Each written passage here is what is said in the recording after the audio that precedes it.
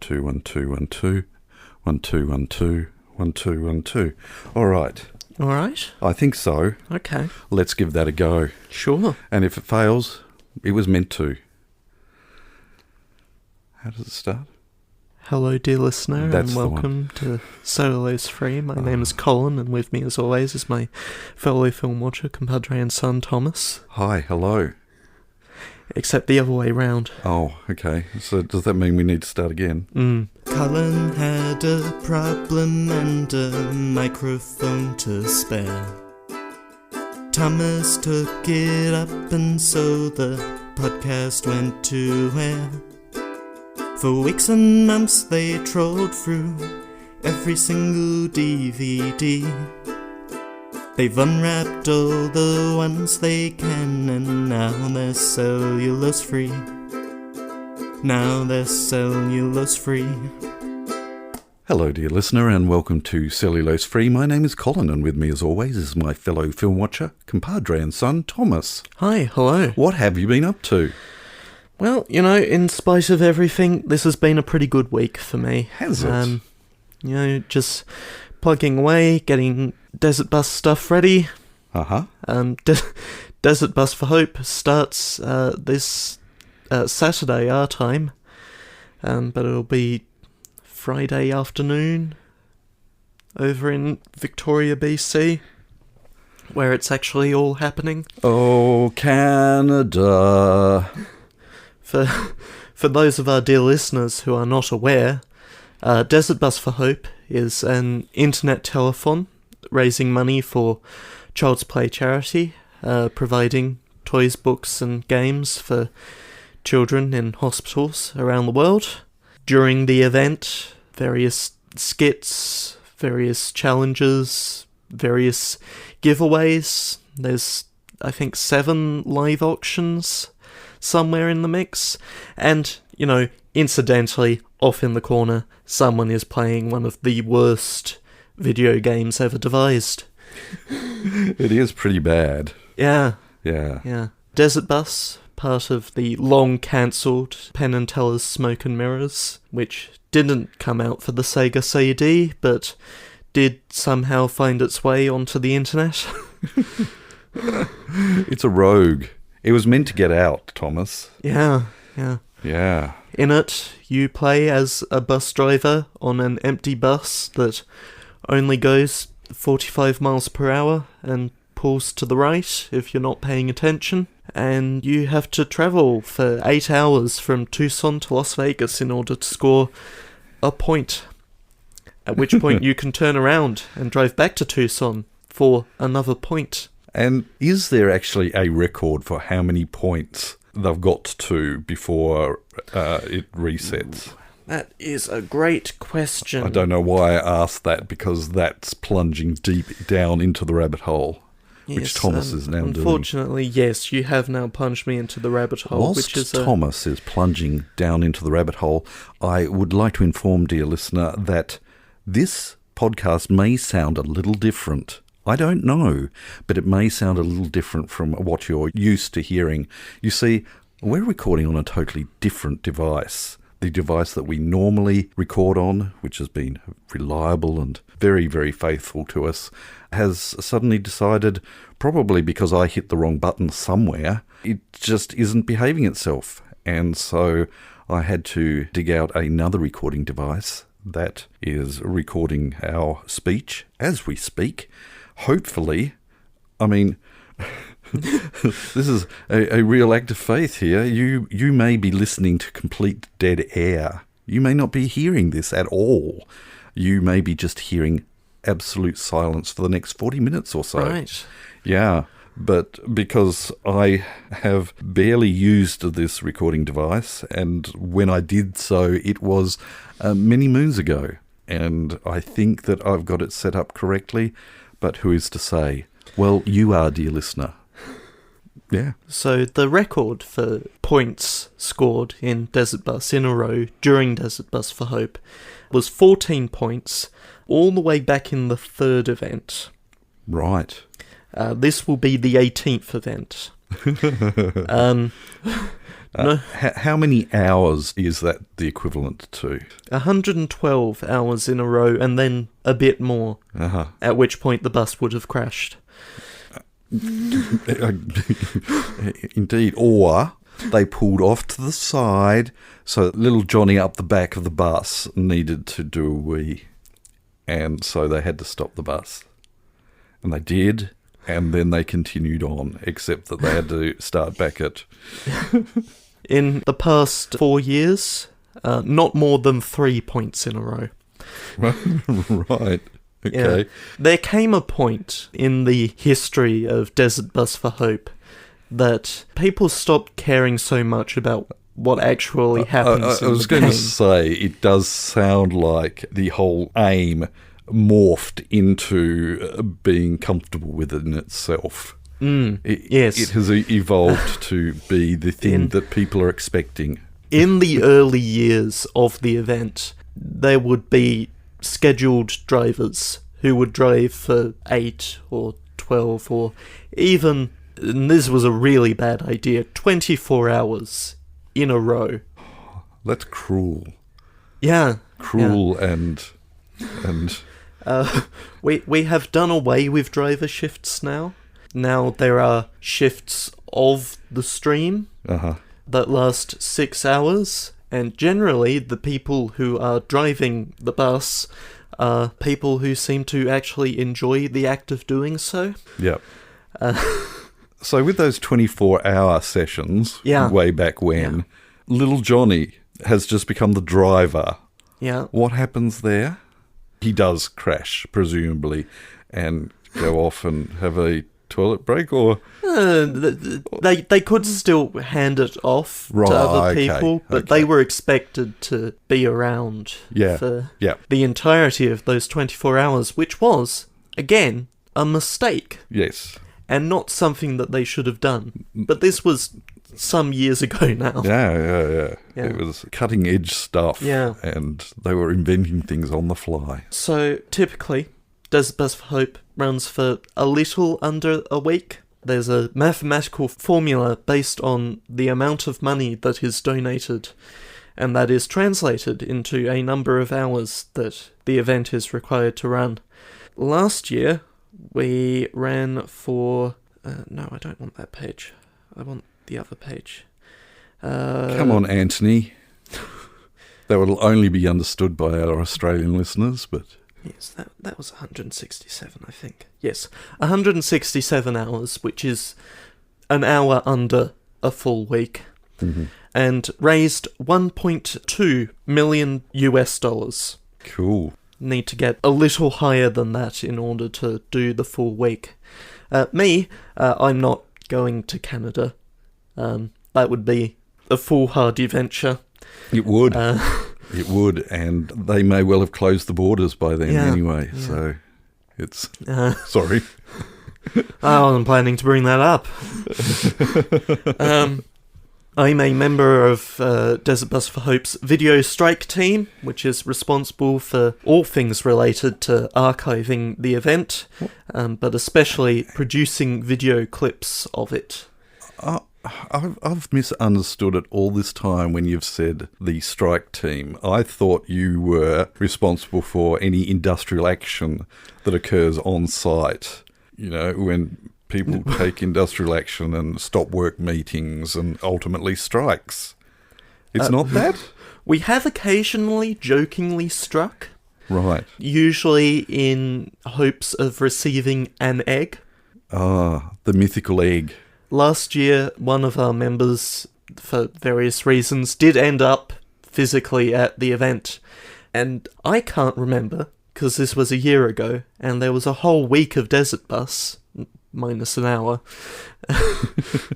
that missing hour. It's like Amelia Earhart.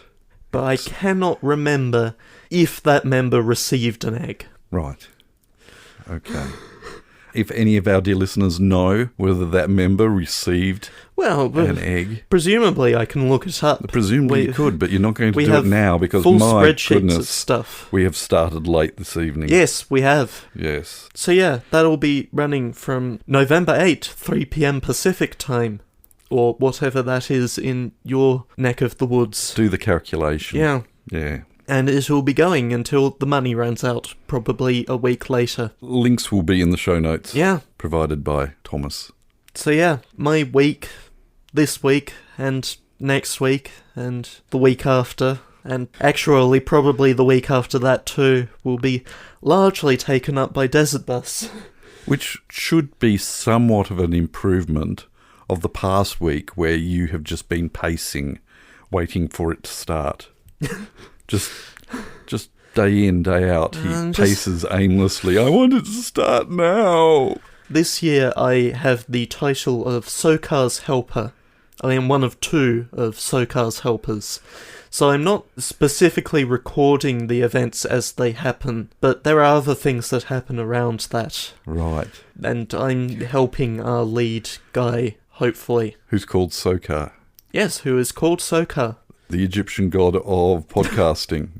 No, the Egyptian god of driving buses through deserts. Right, yeah. No? No. Where does the name Sokar come from? I don't know. Okay, good. Right. Sorry, I'm just on this bizarre adrenaline high low. I'm buzzing and zapping and yeah. Oh yeah, how's your week been? How's my week been? It's been up and down. It's been up and down. I did my bloods this week, and that was interesting. Yeah. Sat in the chair and all ready to go in the left arm, which they prefer because the machines are positioned on the left side and it's a lot easier. They are movable, but there have been multiple incidents of these machines being moved and then knocked over and broken, and they're quite expensive. Yeah. So my left arm has a target basically on it.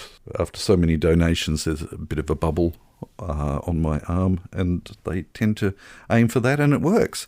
Well, unfortunately, the poor girl who jabbed the needle in did a wonderful job. It felt fine. There was nothing abnormal as far as I could tell going on. But when they stuck the other end of the needle with its tube to remove some blood for test vials, they usually just plug in and they're vacuum vials, so they suck out as soon as they're stuck into the end of these tubes. But no, it would not release any blood. And so we had to go to plan B, which was somebody else had to then go and jab the other arm, drape all the tubes over my lap and stick it in my right arm. And that worked, fortunately. But it meant that I was walking around town with bandages around each arm. That didn't faze me. I was fine, but the poor person who did the first needle, it's just not the done thing, even though we were entirely sure that everything was fine. And I'm quite certain that it was a faulty needle that was probably blocked or something. That's what I'm saying. Other than that, look, there were some other things, and I can't remember what they were. I did get the updated photo printed, and it's up on the wall of sorts, and but that's actually been an interesting opportunity for me because I was able to come up with different options for my client to choose from to stick next to the first photo. And so I've sort of gone down a black and white monochrome A2 series, I guess you could call it. And it's been fun, really, just reinvestigating some of my photos and seeing what options I have to monochromize them, if that's a word. Monochromize? Anyway, I digress, and this is still going on far too long, so we shall move on with talking about what we are actually watching today. Yep. I should also point out the other reason why I'm sort of a bit discombobulated is that this sounds different in my ears. Yeah. And so it's throwing me slightly. I don't know whether it's a slight delay or a lack of a slight delay that might be in the other machine or echoing or what have you. So it's a bit unnerving. What are we watching today?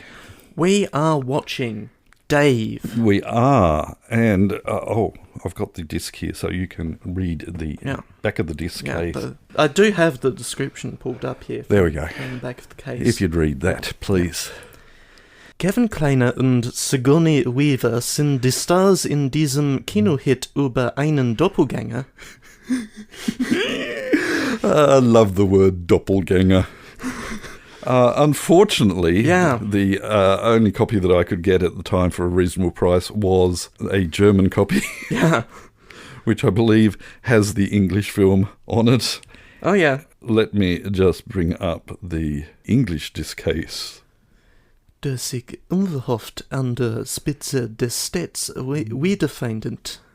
Find it? I should point out on the English version, it does have a quote from USA Today. Hilarious fun. Dave wins a landslide of laughter. Which I think is quite apt at this juncture. Thomas is going to read the plot synopsis on the back of the English version of the Blu-ray.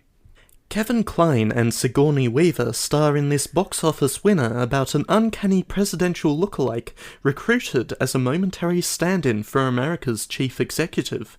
However, things don't turn out exactly as planned, and Dave finds himself continuing the masquerade indefinitely. That's what we're going to watch. Thomas is going to take it out of its case. He's going to stick it into the machine. We're going to watch it, and then we're going to come back and talk about it. So we shall catch you on the flip side. Turn to side B. I presume I just hit the record button, not the stop button.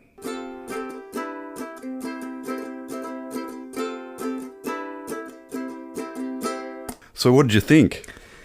Yeah, that was good. I enjoyed that. Pretty solid, isn't it? Yeah. Maybe a little long for a comedy. An hour 50 is maybe pushing it. But I did think it was reasonably well paced for that hour 50. Yeah, I disagree. I felt that it was the length that it needed to be. Mm-hmm. In some situations, comedy outstays its welcome. Mm-hmm. And we've certainly had cases in the podcast where things have been flung at the wall and let's see what sticks. And I think the writing in this, pretty much all of it, stuck. And pacing be damned. I'm not intending to say that it's a bit long for a comedy as a knock against the film, because, again, I do think it used its hour 50 well. Yep. I just think that it gets a little worrying when you are looking at the back of the case of a comedy, and it's like, this is going to push 2 hours. Yeah, fair enough. I guess the other thing to keep in mind is the fact that this is the guy who brought you Ghostbusters. Yeah. And it certainly, comedy-wise, well and truly toned down from that. They're fairly lengthy movies, both one and two. And I think they are guilty in places of outstaying or having gags not quite stick. It's interesting, speaking of gags that are no longer quite as, or jokes that are very, very time context relevant. The conversation with the temp regarding how she'd just been trained on the IBM and now they put me on the Wang. And unless you are familiar with computers of the day, that has not aged very well at all. Mm. If you ask someone who was born in the last 25 years what was a Wang, they would look at you.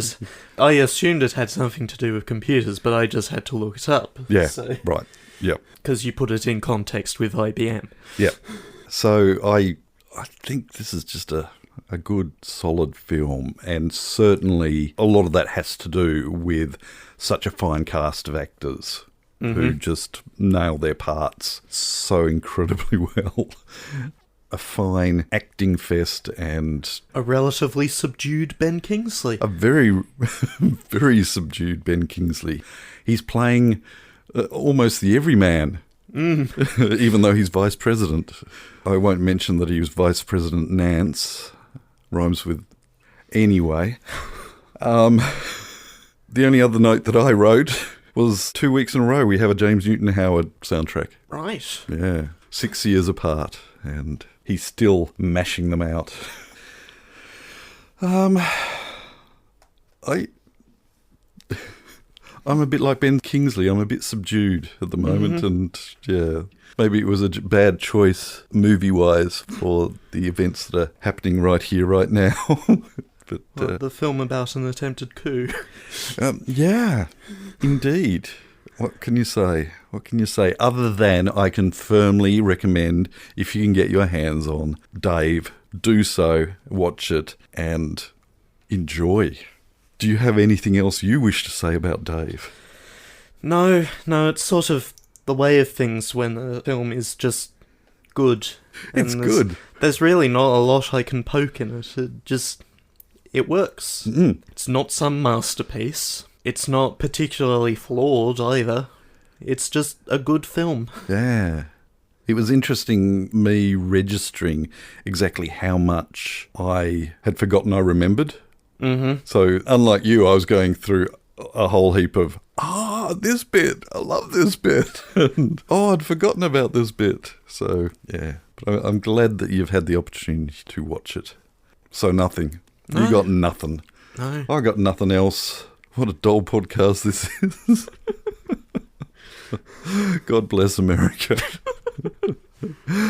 We shall move on. The following segment has no title. Thank you. And we will start over on Discord with Entuosferatu. Hi, Entuosferatu. Who has some comments on the previous episode to last, Blind Fury. It says, finally catching up. If you had a license to kill and a fish, you could be Ken from A Fish Called Wanda. We could. That is kind of because that's Kevin Kline again. Right. Yeah. Talk about serendipitous, I think. Unfortunately, I think this cut is too deep for me. I have no frame of reference for A Fish Called Wanda. I confess that I have not watched A Fish Called Wanda. Right. Now, do we take that as a suggestion from Entuosferatu that we should watch A Fish Called Wanda? I mean, you can add it to the list, but I wouldn't call it a suggestion. No. Certainly, if there is an Entuosferatu listening to this podcast, he can further clarify whether he would suggest A Fish Called Wanda as a film to watch. I'm sure it's got Kevin Kline and John Cleese in it. Right. Yes. And some others. Maybe even I'm going to have to look it up. While you're looking that up, Entuosferatu did make a belated guess of Blind Fury, which would have been correct. It would have been correct. Had it been made in the wake of that episode. Indeed. Yes. But unfortunately, the honour system, it's not... Such is the way of things, yeah. Doesn't quite work for me. We do not award retrospective arbitrary points. No. Getting back to A Fish Called Wanda, I was indeed correct, and it was Jamie Lee Curtis that I was trying to remember the name of. John Cleese, Jamie Lee Curtis, Kevin Kline, Michael Palin. Yeah, we might have to add... It's been a film that I have been intending to watch. Right. For many, many, many, many, many, many years. But I sort of steered clear of it during my prudish days. Entuosferatu almost, want to say a day, 2 days later, then commented on our last episode on The Sixth Sense. Cool. And says, ooh, I remember the twist. It turns out Bruce Willis is Kaiser Soze. Speaking of thrillers with a twist, I can recommend Memento. It ends with a scene recontextualising the film, but due to the film's whole deal, it's very different than the normal. What a twist! A twist. Again, another film that I have not seen that is marked as a film that I would like to see. So that has been added to the list of suggestions. He continues, we are in the middle of Hornblower rewatch. It's been years... and it's been bringing back the giant crush my wife had on... Ian? Owen? Yes. Owen Griffith? It's a Welsh name, to be sure. Oh, sorry, that's Irish. Boyo, there we go. Let's just really... Let's make sure we offend the right offend people. everyone. We got the DVD set, so Netflix can't take it away. Yeah, sweet. I'm going to have to watch it again. I've actually just watched some of them. Oh, well, I didn't watch all of it. I didn't realise that Daniel was watching them and sort of came in and he was already halfway through it, and I certainly sat through a number of them whilst he was doing that. And now I've got the music stuck in my head. Da-da-da-da-da. Over on Facebook, Helen Hi, Helen. says, I haven't seen The Sixth Sense, but I know the twist, thanks to Straight No Chaser spoiling it in song in their classic movie theme song medley. I shall look forward to seeing the pair of photos together. I like both of them, having seen them in one form or another. Ah. Yes, hopefully we will have stuck them on the wall in a slightly more appealing angle. Okay, just to clarify, we have evaded the elephant in the room, the kitchen room, the elephant that ran into the wall of the room that has thus made the wall not square. Mm-hmm. So you line up these two pictures next to each other, and if you line them up to each other, they're not lined up with the two window frames, one on either side. And if you line them up to the window frames, they're not lined up to each other.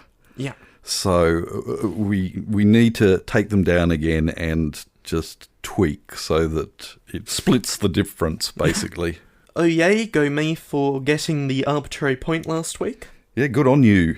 And yes, Hornblower is good, both films and books. I have one of the omnibus books that is permanently stained in reddish dust due to being taken to a certain notoriously dusty Scout Jamboree. Ah. Oh, and I love Dave. I had it in about 3 words of your description. I thought you would. Which, with the addition of a comment from M... Hi, M, but we'll get to you. Will take us up to the guesses. It will, all of which have sort of sprung up at me without my knowledge. So that's cool. Excellent. Let's start with Entuos Ferratu. I should say that both Helen's and M's comments came in the last few hours. Yes. Before we recorded. Yeah. Let's start with Entuos Ferratu. Which obviously thus causes suspicion as to whether Entuos Ferratu has got it right or not.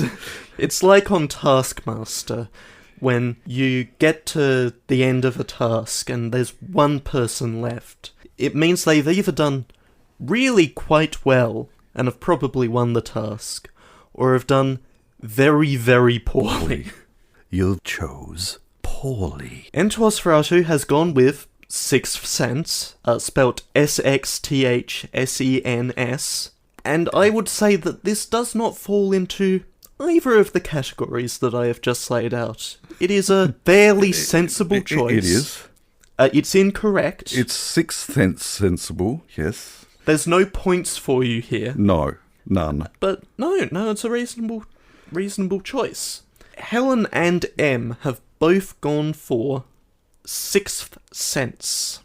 That's the number 6, THSENSE. Oh, that's brilliant, that is. That is brilliant. Yeah. I wish I'd thought of that. Well, Oh, it's as a matter interesting. of fact, I did. You did. Yeah. Yeah. Well done, M and Helen, for guessing the correct file name for last week's episode.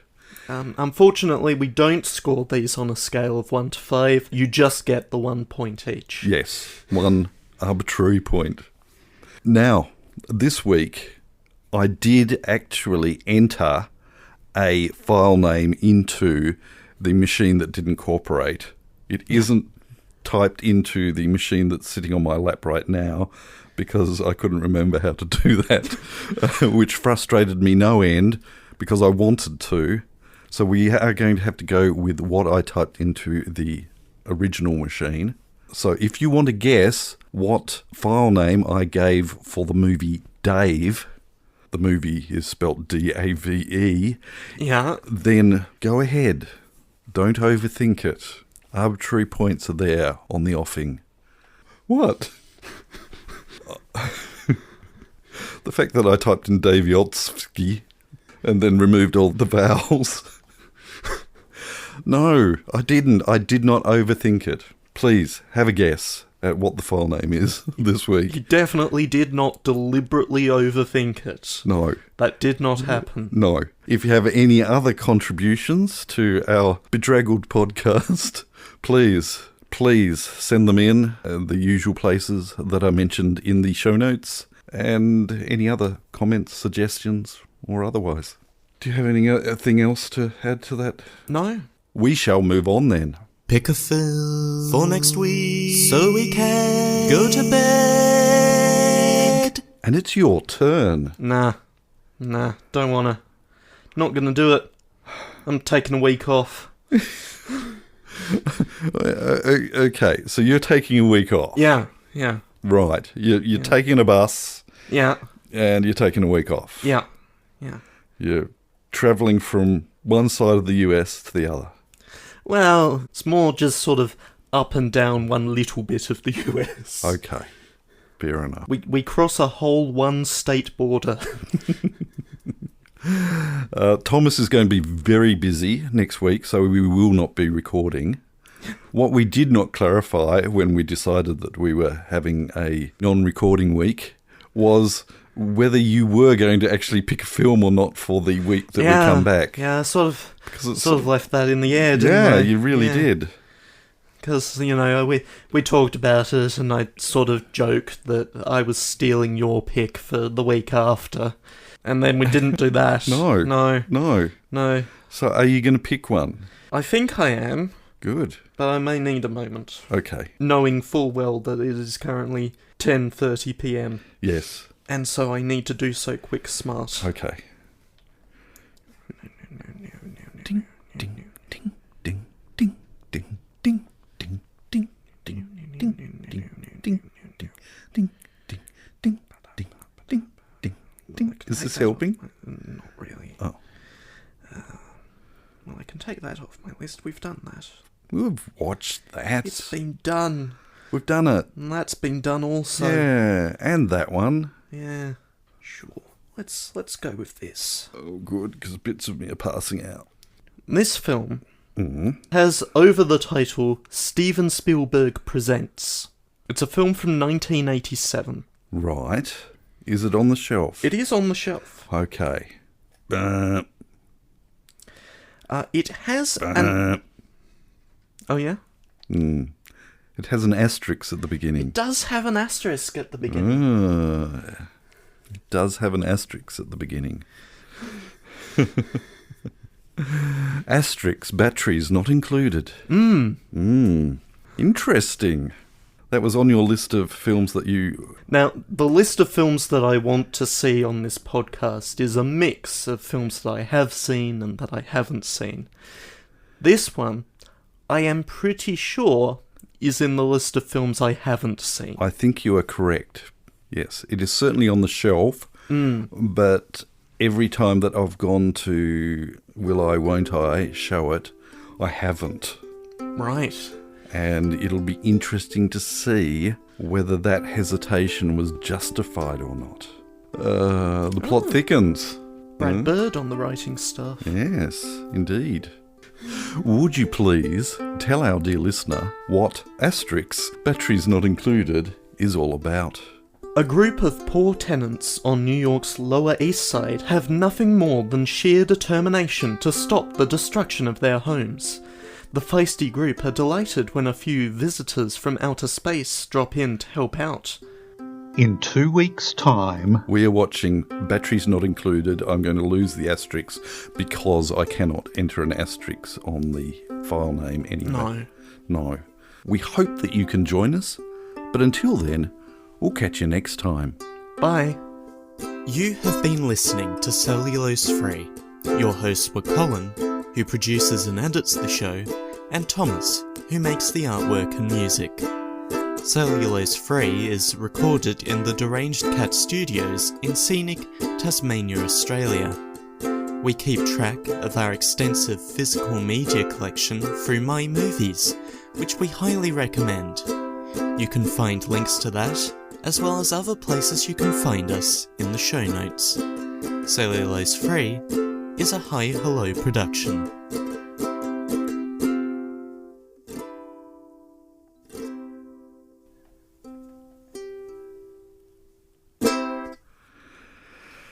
And let's just hope that recorded. Yeah. Hey. Well, the timer's running and the light is red. Yeah, but see, that was the case with the other machine, and it didn't appear to actually be recording. So, who knows? But it does appear to currently be recording, yes. This machine does appear to be, yes.